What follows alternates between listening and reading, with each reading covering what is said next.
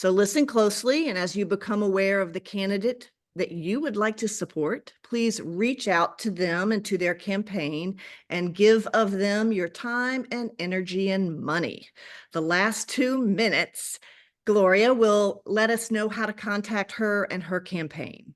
But just for reference, know that Bob Good is the most likely Republican incumbent, and he has raised over $500,000 so far. Mm-hmm. So his challenger, John McGuire, I think, has not reported any funds raised yet. This primary for this race takes place on June 18th. Early voting will begin on Friday, May 3rd. And I believe that Fern will put the details about ways to vote in the chat. Now, our candidate that we're going to talk to right now is Gloria Witt. Gloria Tinsley Witt, a candidate for the 5th Congressional District for the House of Representatives Democratic primary. She was born and raised in Amherst County. And let's welcome Gloria as she gives us a more in-depth introduction to herself with a 5 to 7 minute intro. Let's welcome her. Thank you all so much for inviting me and allowing me the opportunity to share. Other than I'm born and raised in Amherst County, I'd like to kind of share with you what my values are, why I think I'm the best candidate for this job, and a little bit about my background and what my focus areas are. So I value faith, family, justice, and community building. Those things are so important to me. I spent 32 years in corporate America in the energy sector. And 10 years ago, I relaunched myself as a small business owner. And so I am an advocate, community servant. I serve on numerous boards, including NAACP president, Virginia Center for Inclusive Communities, Central Hospital Board, Lead Virginia Board, just multiple. I served on the Boys and Girls Club for 17 years, and I only stepped down in January because of my aspirations in the political arena, and I viewed it as a conflict of interest. Also, I've been on the board with the Lynchburg Business Alliance. And that board I've been serving for more than 6 years and stepped down in January because they have a government affairs arena. So what makes me think I'm ready for this opportunity? As a small business owner, I spend my days doing talent development work. I'm a global executive coach. My previous corporate experience was a global experience, so I'm familiar with multicultural environments. France and Germany and the US, we all work collectively together in the HR space, building leaders and talent within the organization. So I took that skill and I have continued that in my own company. So I offer executive coaching globally. I offer training and development and leadership skills, as well as I do team performance workshops. All of that gives me the unique experience to be a listener, a collaborator, a compromiser, pulling people together and getting results. I think that's going to be my superpower as I enter the political arena. Washington needs a voice that builds bridges and not walls, knock them down. And you do that through listening and looking for the common ground and bringing people together to get the results for for the country at this moment. So what made me get off the sofa and jump into the ring? Our rights and freedoms are under attack. And I feel that my voice is needed. I was triggered because in the African American community, there's a lot of talk about African American males checking out of democracy, and our democracy is under attack. So I want to be the voice to re-energize that population, as well as working people of all colors and ethnicities. I also feel like I can build bridges and legislate for we the people. So that's why I did it. Another trigger, Roe versus Wade was overturned, and there is no way I could sit on the sidelines when our reproductive rights were snatched from us. And no man should have dominion over our bodies. We know what's right for us, and I promise to work to get that right restored. And then that freedom got rolled back. And pretty soon thereafter, you had the issue with the affirmative action being stripped from Ivy League colleges. And I knew right then that was a dog whistle to literally roll back inclusive practices in corporate America. And I spent a lifetime building an organization that will include women and people of color. And that one decision has created another rollback. We need to grow our smart economic development, bring jobs to the district. We're fundamentally a rural district, farming, and we need to kind of tie three things together: business needs, our K through 12 education, create a young person that's ready to go to work, as well as tying it the third leg to community colleges. Not everybody is going to a 4-year college. And those youth that decide not to need to be skilled to fit the jobs of the 21st century that the business needs. And that means they've got to get a credential. That system's got to be tied tighter together. And I want to do that work. I've done that work for 6 years at Lynchburg Business Alliance. I know it's possible. We are moving forward toward that unity in terms of tying those three legs together. It needs to happen across the district. And I want to be a part of that. And the other piece is healthcare. Now, healthcare is more than women's reproductive rights. It's also about prescription drugs. I want to advocate and join the voices to say, let's bring down these drug costs. We got to preserve Medicare. There's conversations in the MAGA right about elevating the age and all of this. No, we don't need to elevate the age. Everybody need to pay their fair share, the top 10% of our billionaire crowd. So that's the kind of work that I want to be doing, addressing gun violence. Someone's got to have enough courage to say these guns got to get registered. Yes, there are many guns in the society, but at some point we got to put a marker down and say, from this point forward, we will register guns to try to control. We're not safe anywhere. And I guess my final thought would be immigration. I'm supportive of immigration. I think it's a political pawn and it can be fixed if we get to the table. If we can get 1.2 million people in an airline on a holiday weekend, I think we can hire enough people to work that border and assess, evaluate, put these people to work. We need workers, or deport them quickly. What we're having now is an inhumane situation, and it needs to stop. And we had a solution, and the Republicans balked. Unconscionable. So those are the areas that I want to use my voice to advance forward.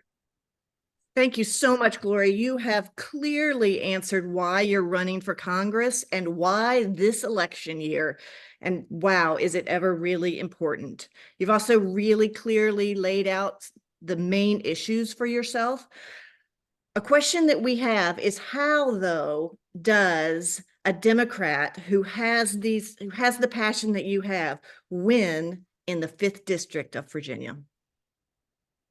I think we got to all join together collectively and really create a buzz within our family organizations to say no Democrat can sit at home. Every single voter has to show up, and we can win. Because when I look at the information, 75% of Republicans vote, 25% of the Democrats. We're not showing up. That's why we lose. We need to show up. And I'm telling you, we can take this thing. And if we don't do it now, I don't know when the moment will ever happen again. Democracy is on the line.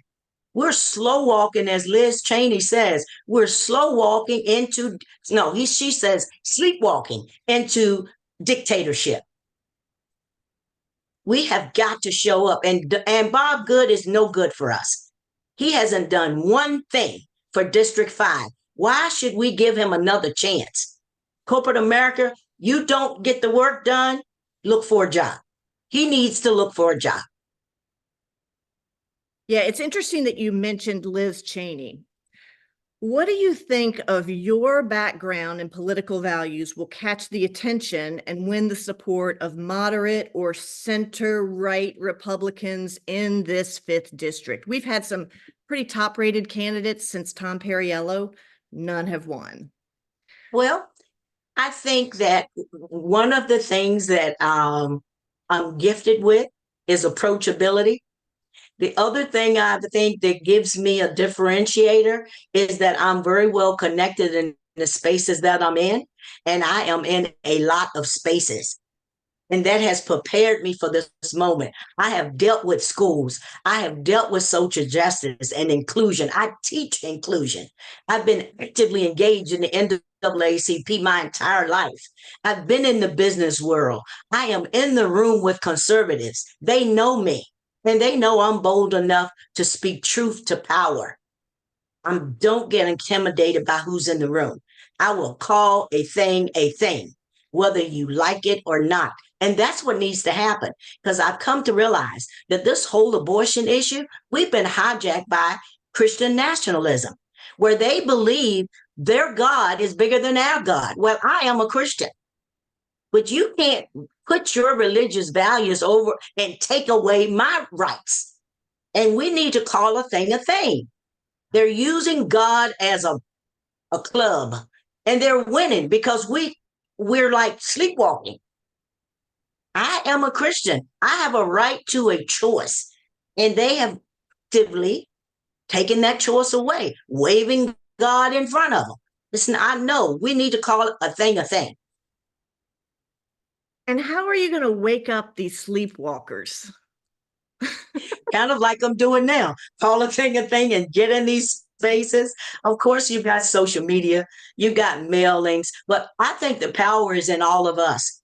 We can no longer sit silently and not talk about this in every space we're in. If you've got somebody in your family that just decides they're not voting anymore, then you need to speak truth to power.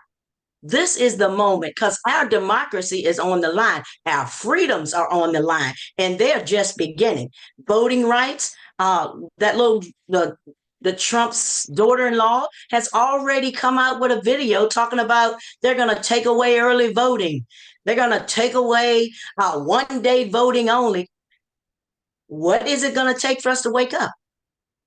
They have a plan, and they will implement that plan if we don't guard our freedoms. It's not guaranteed. Just ask any woman. And we never thought that our children and our grandchildren would not have the freedoms that we've got. And Make America Great Again is taking us back to the 30s. I'm not going. I don't know about y'all, but no, we're going to fight this thing. And thank you so much for being here and being willing to have that fight. What campaign structures are you building that will help win this primary, first of all, and then win the November 5th election? Well, I've spent most of my time since announcing trying to get out to the Democratic committees, because that is the structure that is available. And my goal is to attend every single committee meeting, if not definitely once, if not multiple times. I'm asking Democratic committees to let me know what's happening in their communities, because I don't mind traveling. Got a passport and we'll use it. And I love meeting people. And so I will show up. If I can get it on my calendar, I will be there. And it's about people to people. I think that's how we're going to win. I personally have not fundraised enough to do the mass mailings like Bob Good. And we are looking at the financing of that mass mailing. I'm connecting with Common Ground. I'm going to try to do some postcarding. I'm connecting with rural ground game. So I'm going to use the systems available as well as social media people. And if I'm lucky, get some mailings done, but they are expensive. But I need them because that's where the rural people are, the mailbox. And this district is a really large district. even Oh, after huge. they've dealt a little bit with the gerrymandering, but it's still really large. So aside from the finances, getting the money to send out these mailings, what other obstacles are you having building your structure? Campaign managers do not come cheap. And I think I'm at the point now, I am pretty much a planner, organizer, project manager. And so that's a skill set. I not only teach leadership, I know leadership, and it gives me an edge. I can work a calendar. I can do, get my position. So I have that. What I need is coming up in April, I'm going to need people on the ground, boots on the ground, yard signs out. We will invest in those. I would love to do canvassing. I've done canvassing a lot in my work for NAACP. I love canvassing, door to door, phone call and texting. All of those are elements. We will see if we execute based on the funding. But the Awesome. door to door stuff, I think we can do. Yeah. Charlottesville and Albemarle counties have a housing crisis. What do you know about this? And how can you address this if you are a representative? Well, it's not just Charlottesville and Albemarle. It's an affordable housing issue all over the state and the country. Those same issues are alive and well in Lynchburg and Central Virginia on my side of the county. What can we do? We got to get some money set aside to incentivize developers and communities to start building. Uh, President Biden mentioned a plan in his State of the Union. I will definitely support that plan because we need it. We got to incentivize developers to invest in affordable housing. It's a real thing. A recent survey of students at the University of Virginia noted that Gaza was the #1 issue for young student Democrats at UVA. What is your position on this, and what could Congress do in response to that particular war? I think Israel had let's see, a right to retaliate.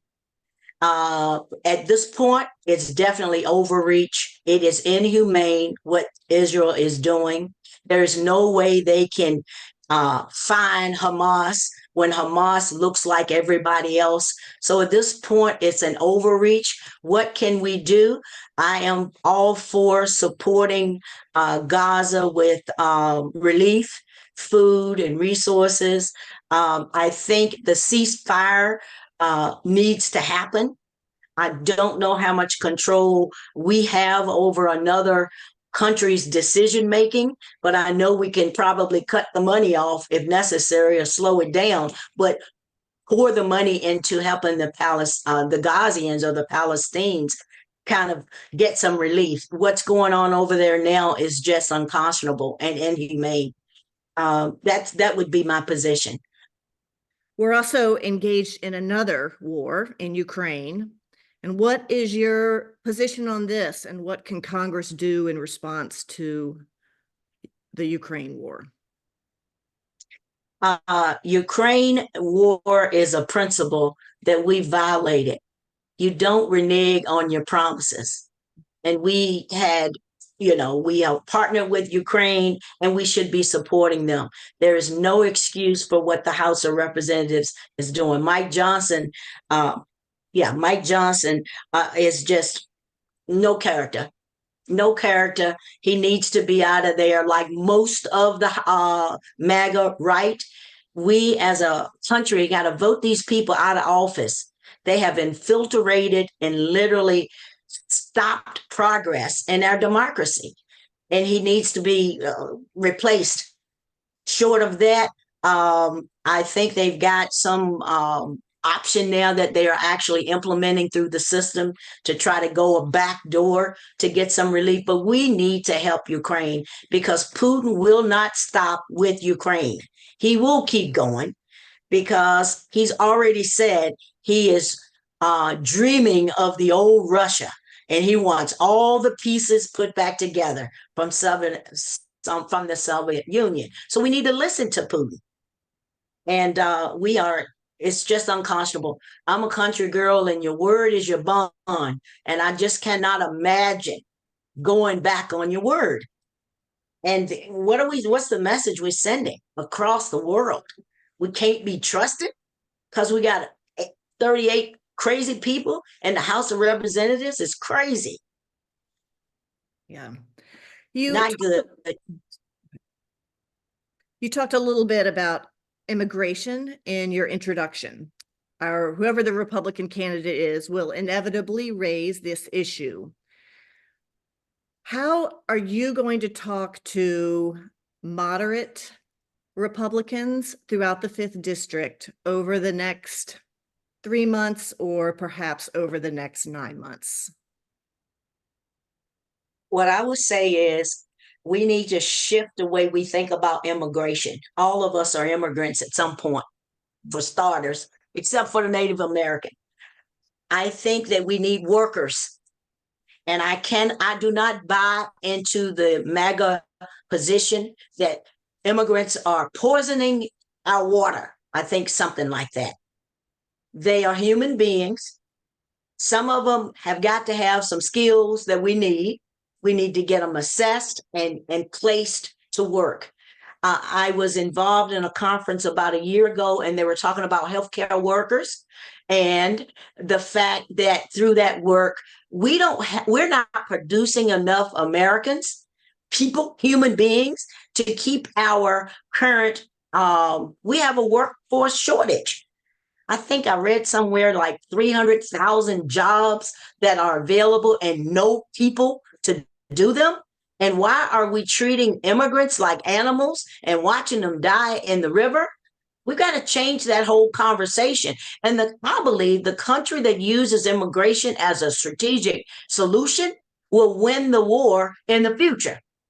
So we got to figure this out and take these human beings and utilize the skills that they bring in. They are not murderers and prosecutes and yeah.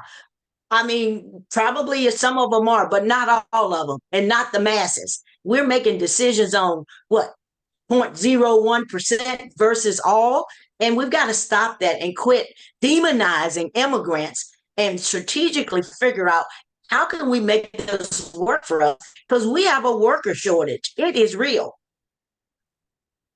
Yeah.